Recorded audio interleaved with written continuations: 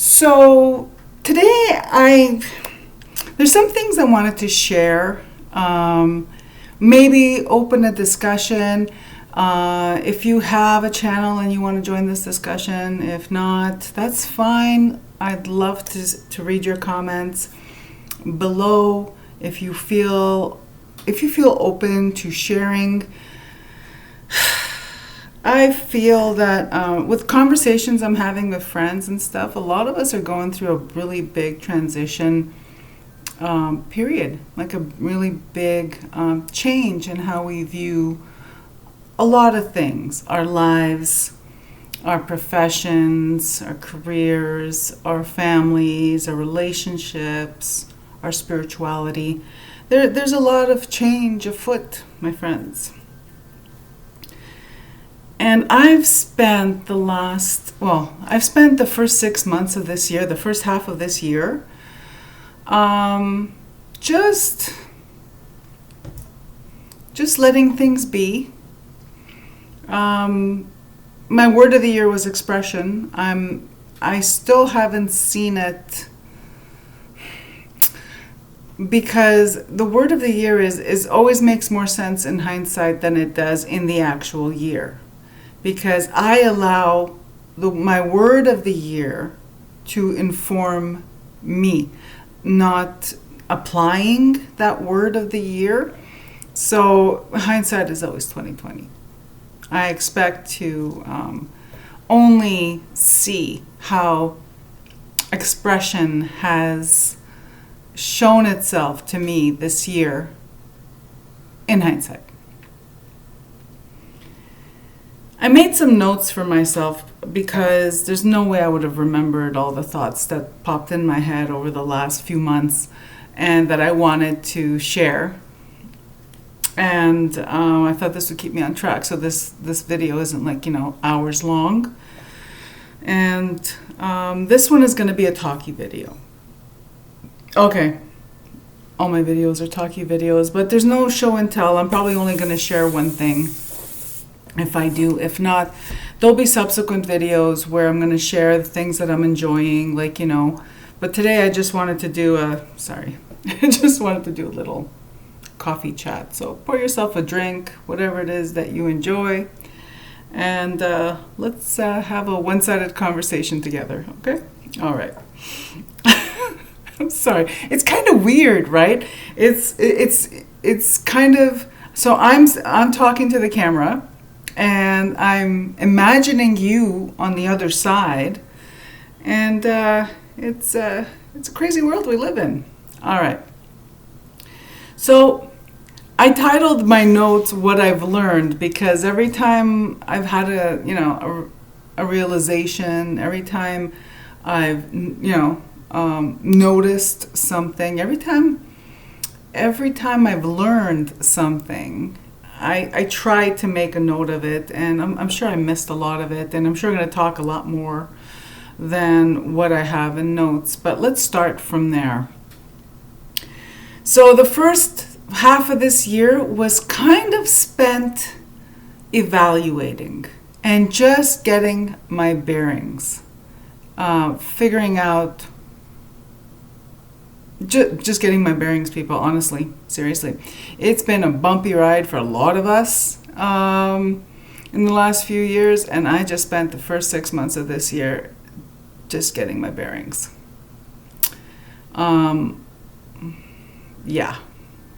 Catching up on my sleep. Sleep is important, people, okay?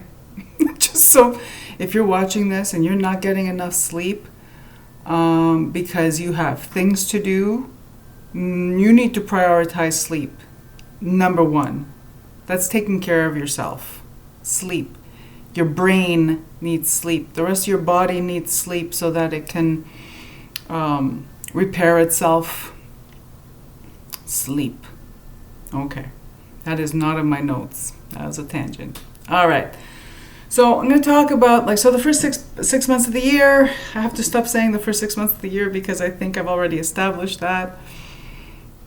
So let's talk about decks, because I love decks. I love talking about tarot decks, oracle decks, all kinds of stuff, right? I love my cards. I've always loved cards since I was a child. So here we are. I've spent time slowly weeding, as I weeded out decks, and I weeded out my decks, okay? And I did this like slowly over the last 6 months, more like refining my arsenal, what it is that I work with, what it is that I don't. For the most part, I like a good occult tarot deck for hand-to-hand tarot deck combat. I don't know, tarot reading combat. And that will always be a staple for me. So when I'm reading, if I'm reading for other people, if I'm reading even for myself, if it's for the mundane, whether it's for the mundane, arcane, sacred, profane, all of it, I will always return to my old faithful, which is a Waite-Smith deck. Always. I've noted this in the past, and I've noted it in the last 6 months. Someone asks me for a reading, or I need a reading, I will read. That is what I will reach for, because it doesn't read as well for me personally, but for other people, it's top. It's top. That is for me, Thoth. I can read Thoth better for myself. So absolutely, weeding out the decks I have established, and I think I mentioned this in a previous video, that I love my occult decks.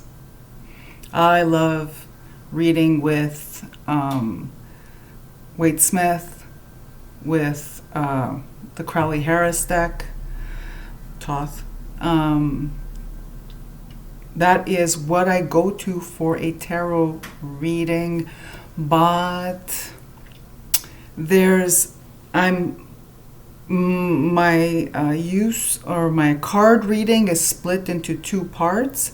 There is the divination aspect, there is the tarot reading, and then there is the spirit communication and spiritual work that I do, and I use tarot to in a sacred sense. It's how I explore the universe, the world I live in, the mysteries of life. It's the book of life, death, and beyond. So that's why those occult decks, like the traditional decks, are important to me. And then there's other kind of decks. So like for tarot decks or whatever, I'm down to a pretty solid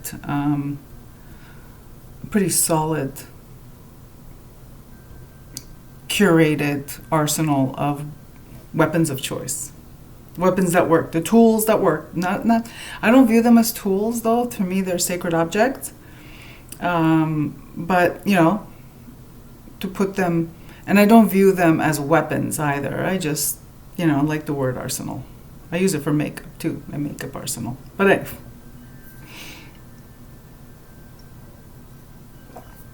Sorry, my coffee smells so good. Okay.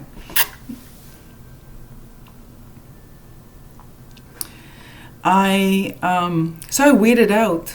I still continue to weed out some decks, right? It's like, okay, I had a big exodus of decks. I did a big declutter, several big declutters. I tried something new. I've let new ones into my life. I've tried, worked with them to see if they fit within my spiritual paradigm, whether they fit within my view of my view of the world, my worldview, my view of my spirituality. And I released the ones, that worked for a little bit and then didn't work anymore. And it's okay to do that. It's okay to love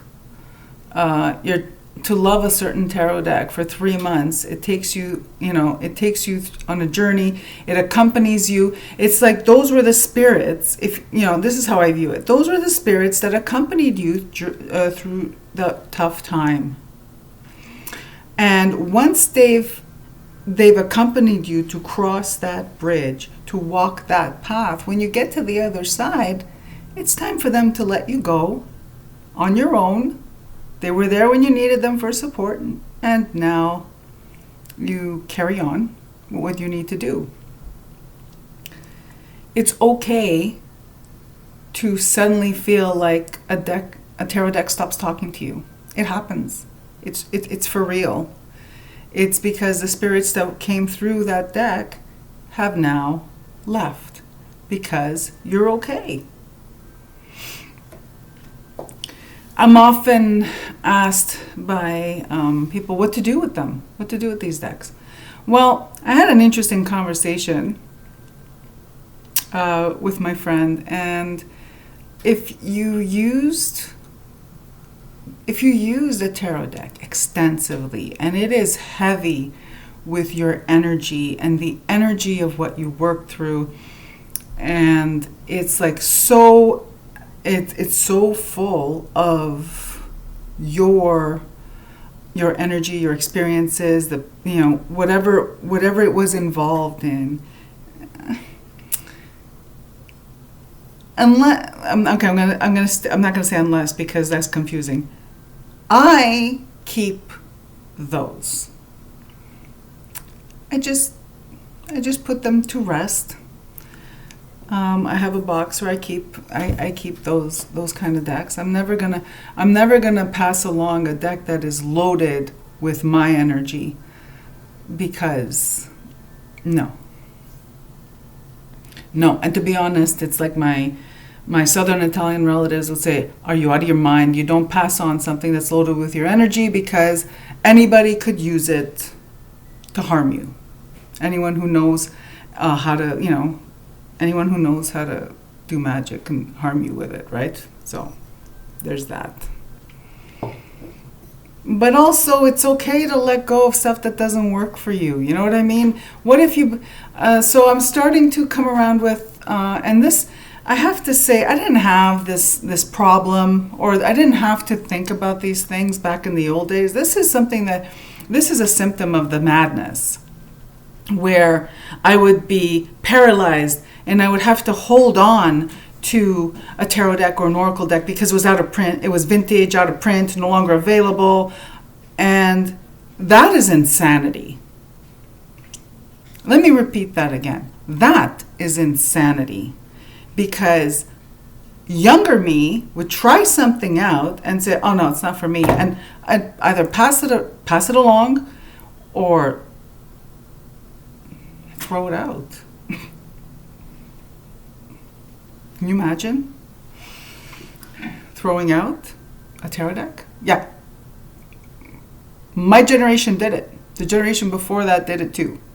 If it didn't work, we didn't care. It was just a thing, because it didn't work. But once it works, there's a commitment there. And it is because it is a sacred communication device. A spirit communication device. So, yeah. Let me go. I don't know. It's all over. You know, people, it's all over the place. It's okay. You're safe. You're safe. I promise. It's always going to be like this. So at least there's that. I'm consistent. Okay. So I weeded out some decks, and I weeded out all the ones that just did not fit my spiritual paradigm. And right now I'm staring over there because I'm looking at my altar, and I'm really liking what I did with it this time. But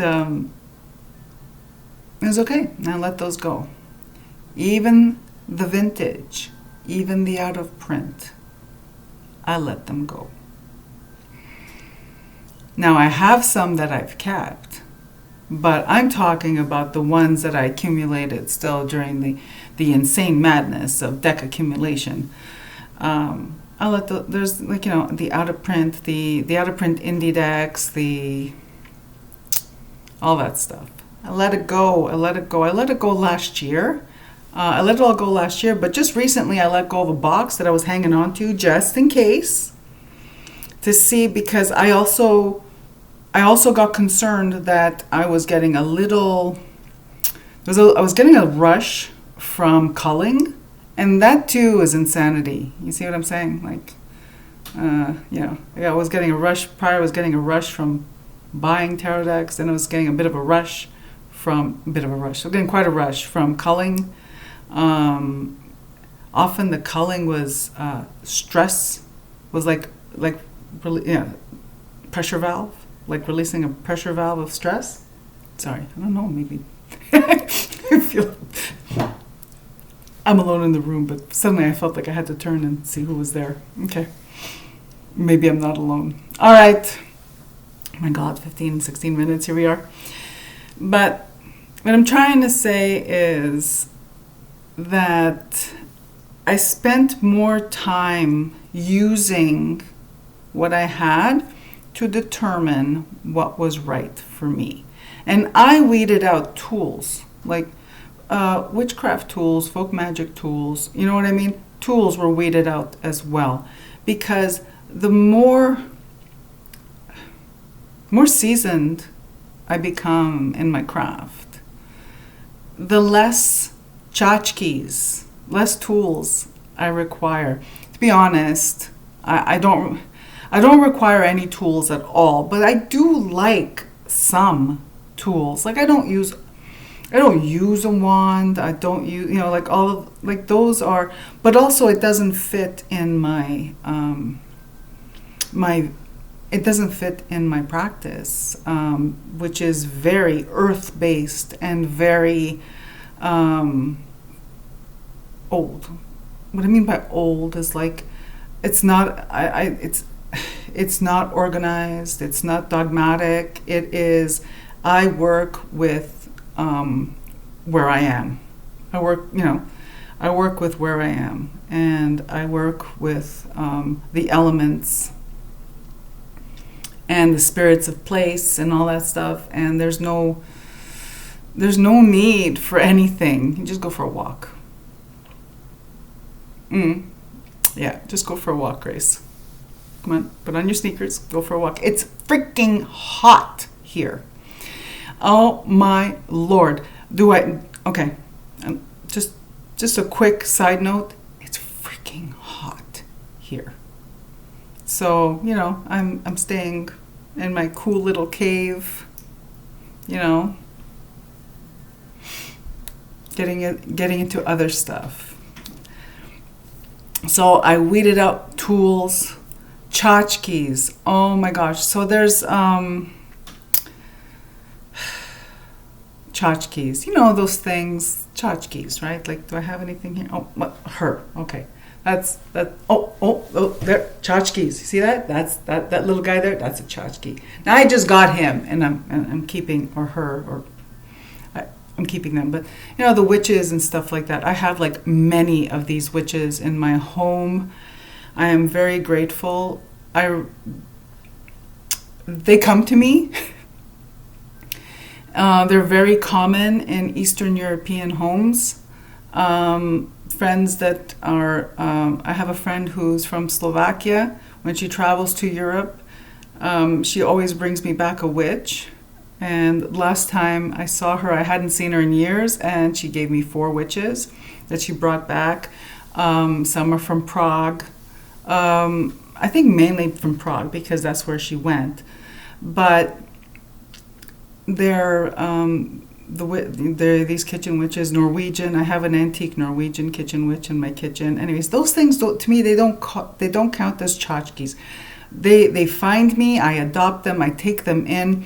I've taken in quite a number of them from German immigrant seniors who sold their homes to move into condos and needed someone, and they wanted to pass on their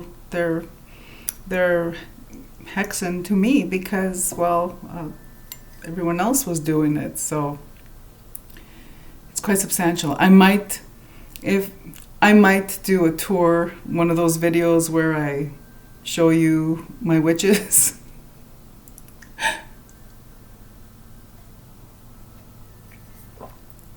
They don't count as tchotchkes, they're friends. Okay. But, you know, a lot of the tchotchkes were, you know, anything, and I don't know if I bring this up later, but it doesn't matter if I bring it up later because, oh my God, people, it is going to be a big one because I'm still talking. It's going to be a long one. I'm still talking. I'm only on the first page.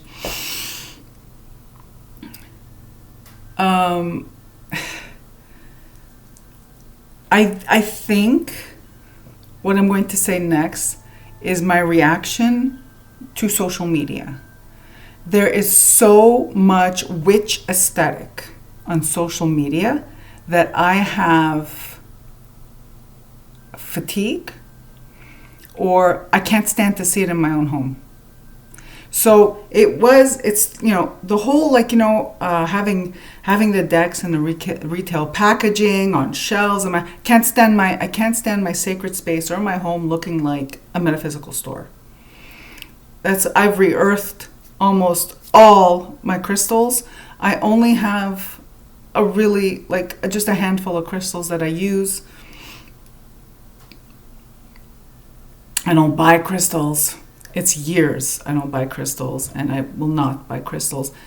And I also have developed an aversion to any object marketed to witchcraft, to witches, to the witchy aesthetic. Oh my God. I cannot stand the sight of what's currently being marketed to witches for the witch aesthetic.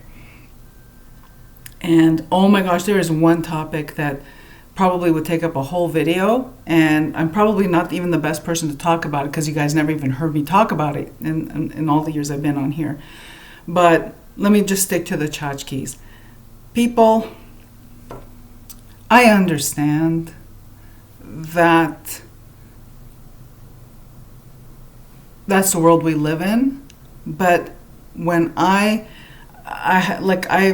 think I've mentioned this before. I go on to Instagram. I'm there briefly. I'm picking up messages from people that I know in real life that I need to connect with and whatever. And then I'm out of there. I cannot. I'm not following. I follow mainly my friends and my relatives, and not even all my friends and all my relatives, because I just don't spend any time at all on Instagram except for the purpose of what I'm there for. When I see in my feed people, first of all, showing their altars, and it's mass produced. It's got to be mass produced stuff because they all look the same to me. When people are, you know, and this has, like, I'm not throwing shade on people who like this stuff. I'm telling you that if I'm speaking to the people who are probably wondering if it's, you know, if it's just them, to let you know, no, it's this is how I'm feeling.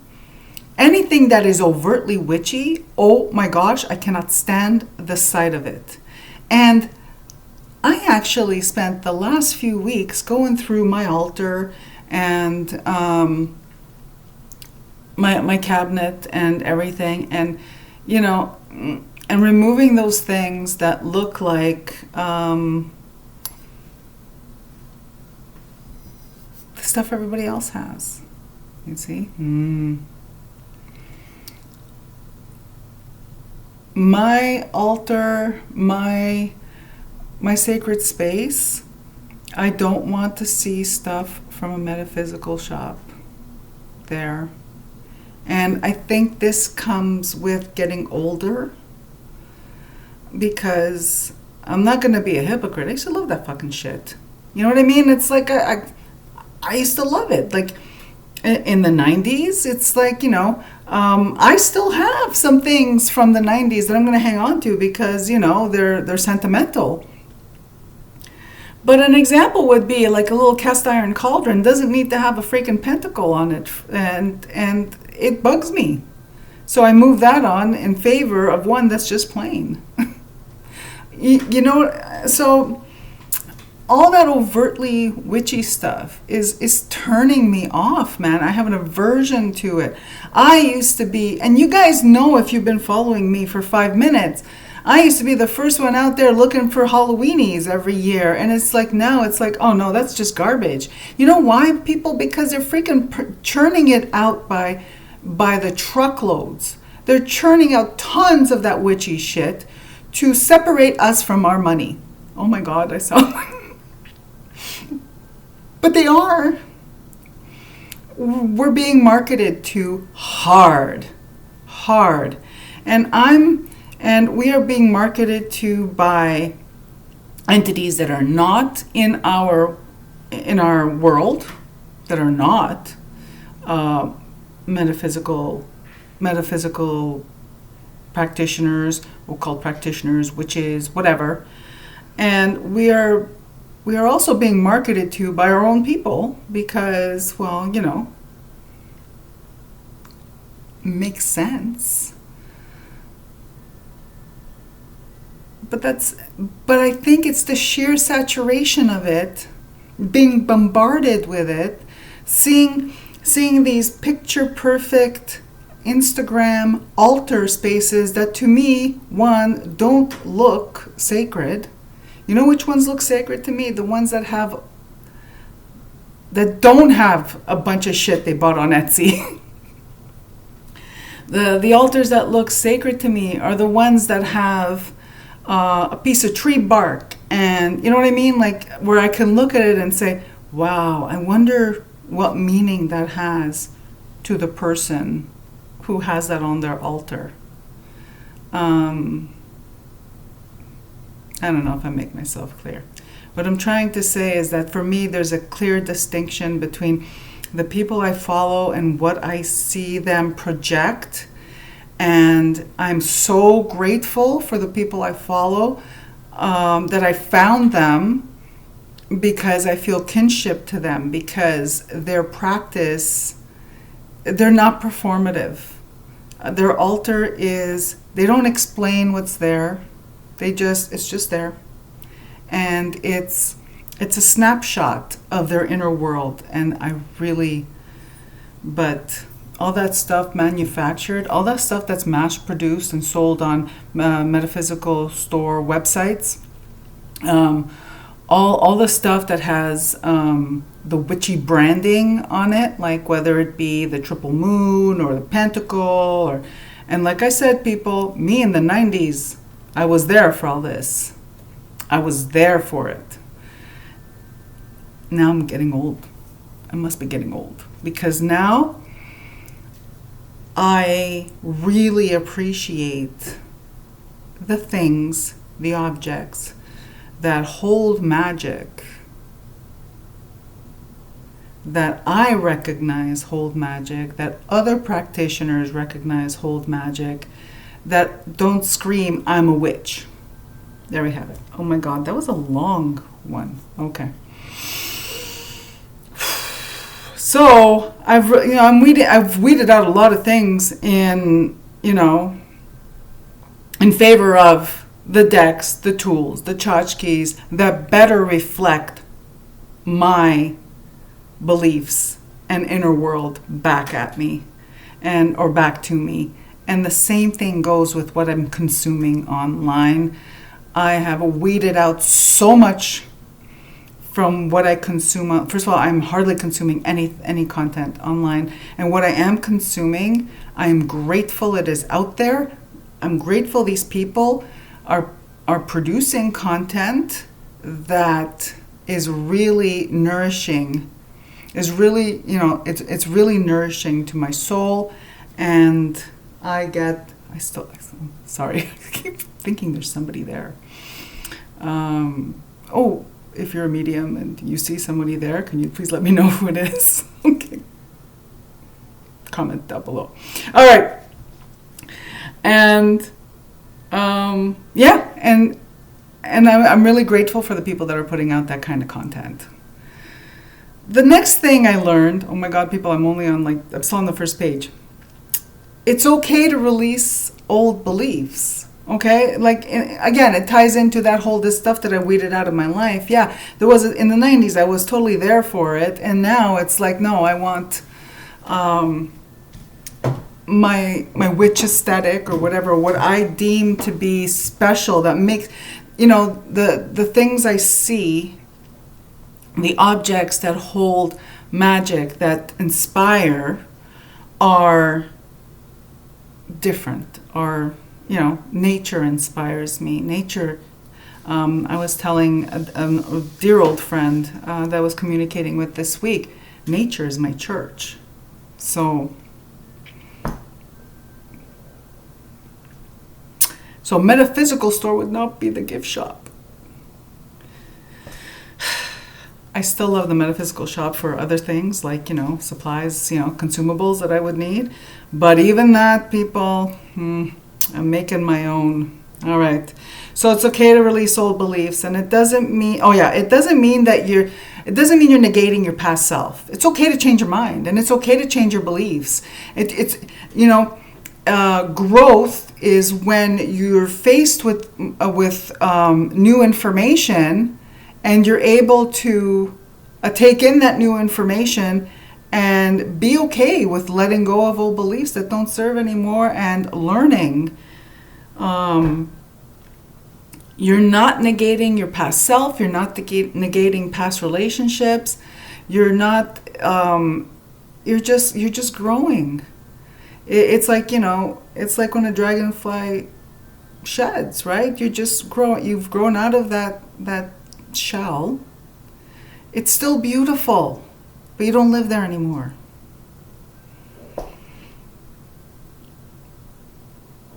I think, I already covered the whole witch aesthetic and all that stuff. I'm feeling like, yeah.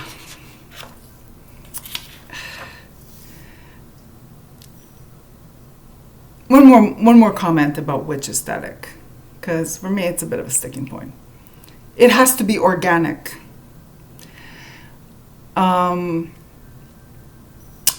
It saddens me because I don't know what word to use, people. Maybe help me out here. But when I see people, look, if you have the means, good, good for you. You know what I mean? But I'm not impressed if you're purchasing, if I'm not impressed that you're buying your aesthetic. I'm not impressed that you're staging your aesthetic.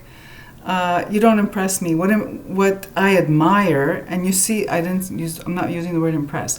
What I admire is when a person's aesthetic comes through organically. It comes from the inside. Their aesthetic is a reflection of their inner world. And it's subtle, and it's magical, and it's beautiful. And that's what I admire. DIY. I'm making a lot of my own. In part of the weeding and stuff like that, I got rid of a lot of stuff like incense sticks and whatever that just were irritating at this point. Like literally irritating. The smoke was irritating me. The poorer quality, or those incense sticks that are widely available, but they throw off a lot of black smoke, and it's burning a lot of fragrance oils.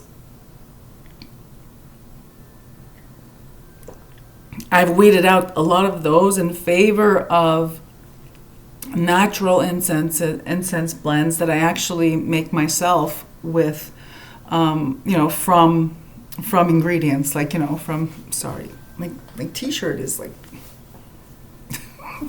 okay. I'm like a toddler. I'm sorry. Either that or whoever's visiting me just pulled on the back of my t-shirt or something like that, and I had to fix it. Okay. So I have some products in my, I have some supplies, like in magical supplies or whatever, that are like convenience foods. I equate it to convenience foods and cooking from scratch. So I have the convenience foods that I like, the consumables that I use for magical practice and ritual and all that stuff. But just like I do with my cooking, I will take the convenience food and then personalize it. And for instance, if I buy something that's ready made, I will fry it up in a little olive oil or add a little olive oil to it, some garlic or whatever. You know what I mean? To give it my signature. Same thing with the consumables I use for magical practice.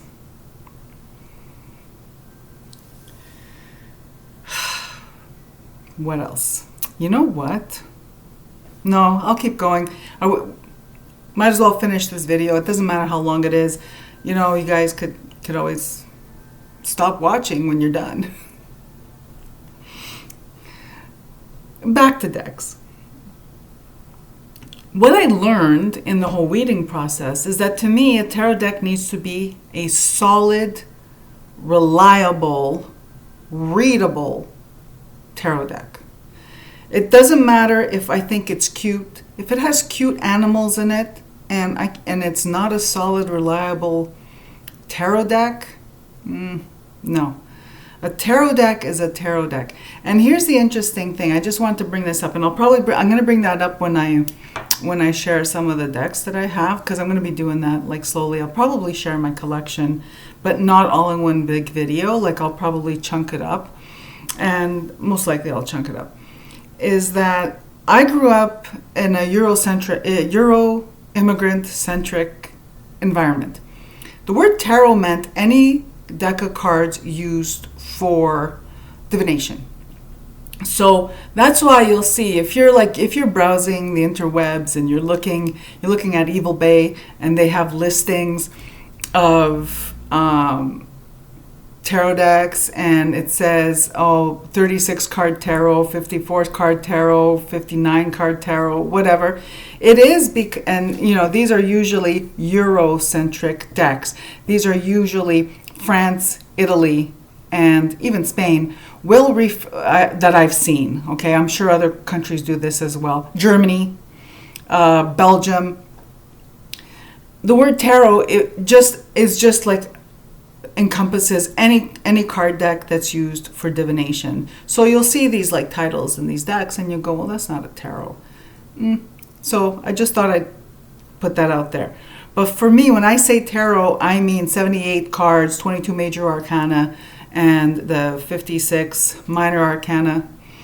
And so for me, it has to be, for me to call something a tarot and to feel like this is a tarot deck, it has to be traditional, and it has to read. It has to be solid. It doesn't have to, it can't have the artistic interpretation of someone who just randomly decided, let's say, that to give their own meaning to a tarot card that has nothing to do, that is incorrect numerologically, incorrect astrologically, you know what I'm saying, right? And archetypally. Oh my God, I've been talking for a long time. Okay. Oracle decks. So I used to keep all, okay, so when it comes to Oracle decks, I used to be, and when I say I used to be, I mean like during the madness, right? During that like accumulation the last few years or whatever. I became, because I wasn't that way before, I became a person who kept everything. The retail box, all the cards, the guidebook. When old me would ditch the retail box, then especially if it took up too much place or if it got too busted or whatever, unceremoniously tossed the retail box. The guidebook, if it offered nothing, then I ditched it too. And I'm sorry, this is like probably a contentious issue for a lot of people, but sometimes those guidebooks really are just regurgitated from other guidebooks. You know what I mean? They're not adding anything. but also in oracle decks, not tarot. Tarot, you need to keep your 78 cards. But in oracle decks, if I didn't like a card, 2, 3, even up to 5, like depending, out, garbage. Why do I keep decks in? Why would I keep decks that don't decks? Why would I keep these cards? I used to, would be my answer.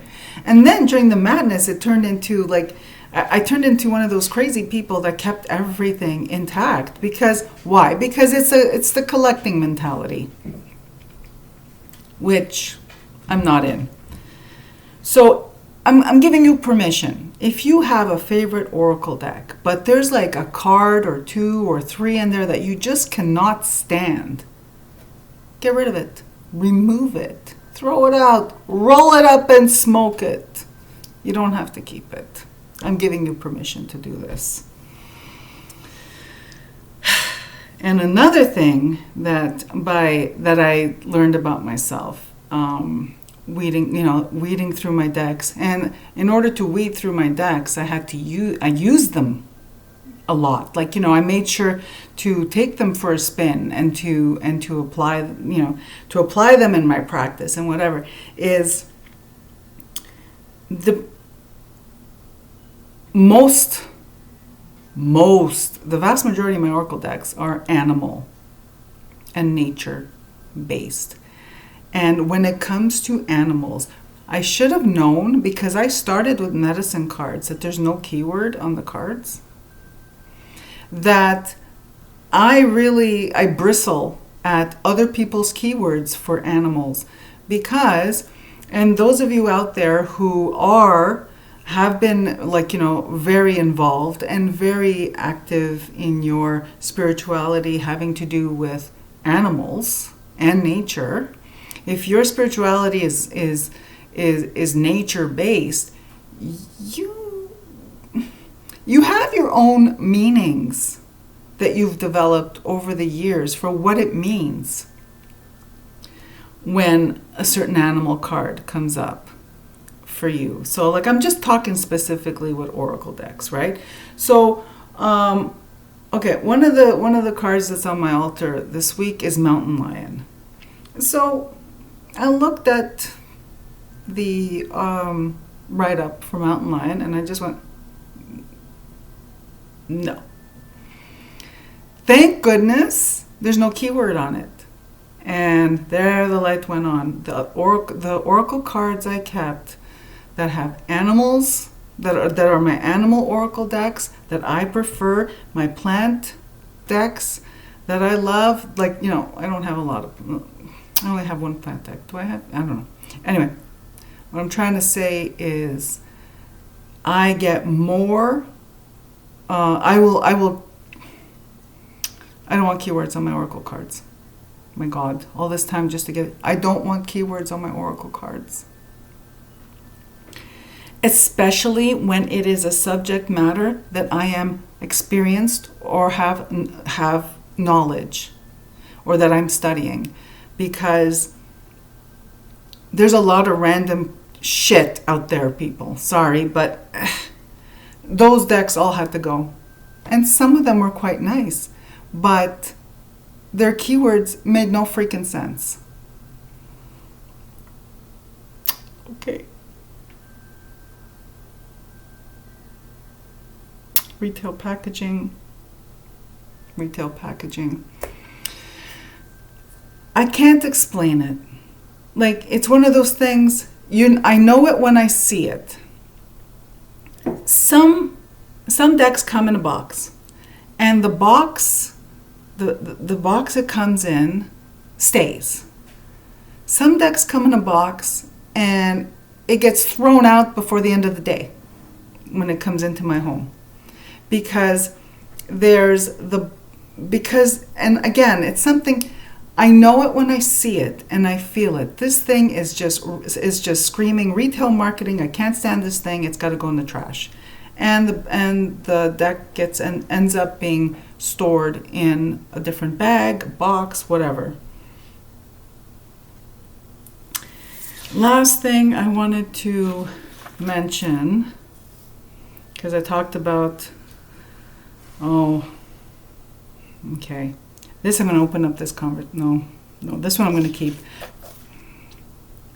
Again, it goes back to, I'm noticing, okay, I'm going to mention it, and I'm just going to leave it here for discussion, okay? You guys, you feel welcome to voice your opinion in the comments. I'm seeing a lot more on social media pictures of, and I'm not talking about the people I've been following for years. I'm talking about new people and people I don't know, that just show up on my feed on Instagram, because that's the way it's designed. I'm seeing a lot, and on Etsy when I go on there looking around, and I'm seeing a lot of bones, fangs, fur, fauna, a lot of vulture culture. Look at the scare quotes. To a degree I've never seen before in the 25 years I've been online. And there's some things that are just, and this again, it's like personal, right? But I want to hear your opinion. Those of you who it's part of your spiritual practice. To me, these things are sacred. And when I'm scrolling Instagram and I see someone's photo and they've got their things set out with their cards, and it's all staged, and they have a deer pelvis with a freaking candle planted into it, and it's got glitter and whatever. What the fuck, people? Now, I don't know if it's real or if it's a reproduction, okay? But my first instinct when I see that is, you know what I mean? Like, it's like, why are you doing that? You're so fucking edgy. Like, why are you doing that? Why? So I'm gonna leave that here. And I'm going to, feel welcome to, I feel that there's also a lot of marketing towards that aesthetic, and it's coming in stronger than I've ever seen it before. And my concern is with the ethics of it. And again, to me, these remains are sacred. And I don't think I've even ever shown my stuff. So, you know what I mean? Like, and I'm okay with, like, again, I follow people that share theirs, but that's different. They have that they have that respect, and it's a spiritual item to them. It's that other stuff. Again, I know it when I see it. It goes from being a spiritual item to look at me and my edgy decor. All right. Okay. We're almost there, people. We're almost there. The last thing I wanted to share, and this is like one of those what I learned and what I've been thinking about over the last 6 months, is it's okay to grow out of your practice, to grow out of your spiritual practice. It's okay to grow out of beliefs. It's okay to start out with a guide. I think it's okay to start out with a guide, such as, books with other people's books with the meanings of what all the crystals are. See me, I'm not a crystals person, so but that's me, an example. It's okay to start out with books that reading books about witchcraft, reading books about tarot. It's also really okay to grow out of that. I noticed that I had a lot of books that I haven't even looked at in 20 years, and I've let them go because I've grown out of a lot of that stuff. And I've also grown out of, I don't really read books on witchcraft. I don't really read books on tarot. Unless it's folkloric. Unless it has to, unless it combines folklore of, especially if it's folklore that I'm not familiar with, because then I find that very interesting, because folk magic is universal, and I love reading it in the context of other countries, ethnicities. But it's okay to let things go that no longer resonate. I think there is a tendency to become really dogmatic in anything that is spiritual, but not even spiritual. It's like people can become dogmatic regarding anything, diet, food preferences, and all this stuff, right? It's okay to release that dogma, and it's okay to release other people's meanings. I was watching someone whose content I am very grateful for, and she mentioned, she showed a stone that she loves, and she says it has meaning to her, and she doesn't even know what the book meaning is of it. And I said, see, that's exactly it. Me too. I have rocks that have meaning to me, that carry a certain energy, and I really don't even care what they are. Like, I don't need to look them up and see what somebody else wrote is the meaning of that rock or whatever. It's that experiential piece. I find there's a lot of and this has to do more with, content is usually geared towards beginners. And I'm going to segue towards the end of my video to talk about the fact that most content in books, podcasts, videos, wherever, is geared towards the beginner, the novice, an introduction to. There's not much content for the advanced practitioner. And the reason I think there's not a lot of content for the advanced practitioner is because at a certain point, we all grow in our practice. We let go of the books and the charts and the correspondences. And our practice comes from within. You have to be comfortable with unverified personal gnosis, because you are experiencing spirit firsthand. You're not reading it in a book anymore. You are experiencing it firsthand. You're interfacing with spirit.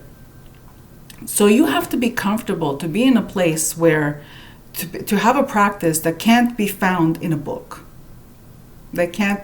That someone else didn't write about. Because your life is your story. Your spirituality is, you write your spirituality. This is why people like us are drawn to this kind of spirituality. We do not want dogma. We don't want someone to hand us a book and say, here, you do what's in this book, and everything's going to be okay. That's bullshit. So it's okay to grow in your practice, and it's okay to stop watching all that content. If you're watching content on magical practice, folk magic, witchcraft, whatever it is that you're not finding it satisfying anymore, it's because it's time to put that down. you need to transition and grow into a more advanced practitioner, an intermediate practitioner. And I think, that's what I wanted to say. I think the reason why there isn't much information out there for advanced practitioners is because it's not a course. It's not something that you can put down in a cookie cutter course outline, a syllabus, and say, okay, we're going to talk about this today.